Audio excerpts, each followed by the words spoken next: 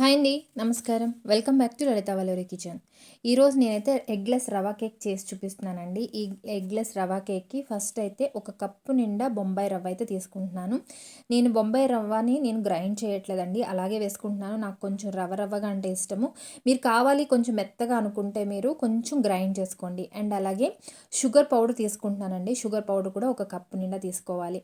తీసుకుని మొత్తం అన్నీ కలిసేలా కలుపుకోవాలండి. దీంతో పాటుగా కొద్దిగా బేకింగ్ పౌడర్ కూడా వేసేసుకుని కలిపేసుకోవాలి. ఇలా కలుపుకున్న తర్వాత ఒక హాఫ్ కప్ వరకు నేను ఇక్కడ ఆయిల్ అయితే తీసుకుంటున్నానండి.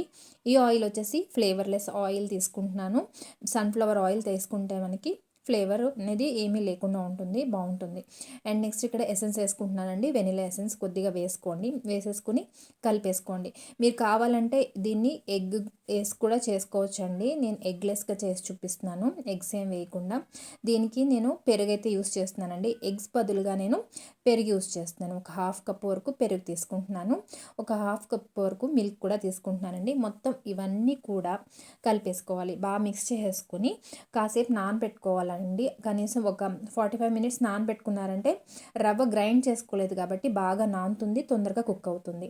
ఇలా 45 మినిట్స్ తర్వాత నెక్స్ట్ ఇక్కడ చూసుకోండి. ఇప్పుడు ఓపెన్ చేసి చూసుకుంటే రవ్వ మొత్తం బాగా నానిపోయి ఉంటుంది. ఒకసారి మిక్స్ ఇచ్చుకోండి, బాగా కలిపేసుకోకుండా ఒకసారి అలా మిక్స్ చేసుకోండి. మిక్స్ చేసుకున్న తర్వాత దీన్ని ఇప్పుడు కేక్ ప్యాన్లో వేసుకోవాలి. కేక్ ప్యాన్లో వేసుకునే ముందర నేను ఇక్కడ బటర్ పేపర్ అయితే తీసుకున్నానండి. మీ దగ్గర బటర్ పేపర్ లేదు అనుకుంటే కనుక మీరు ఊరికి ఆయిల్ అలా అప్లై చేసేసుకొని మొత్తం ఈ బ్యాటర్ని వేసేసుకొని ఓవెన్లో పెట్టుకోవాలండి. ఓవెన్లో పెట్టేటప్పుడు ప్రీ హీట్ చేసుకోండి. 180 డిగ్రీ సెల్సియస్ పెట్టుకోవచ్చు. 180 డిగ్రీ సెల్సియస్ పెట్టేసుకుని ఒక 15 to 20 మినిట్స్ పెట్టారంటే మనకి బాగా కేక్ అయితే కుక్ అయిపోతుంది. లేదు 220 డిగ్రీ సెల్సియస్ పెడితే మీరు 15 మినిట్స్ పెట్టుకుంటే సరిపోతుంది. అంతేనండి, కేక్ అయితే ఇంత చక్కగా రెడీ అయిపోతుంది ఓవెన్లో.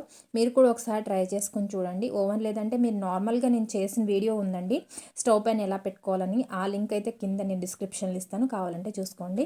ఈ కేక్ అయితే చాలా సాఫ్ట్గా చాలా బాగా వచ్చింది. ఎవరైనా నా ఛానల్ సబ్స్క్రైబ్ చేసుకోకపోతే సబ్స్క్రైబ్ చేసుకోండి.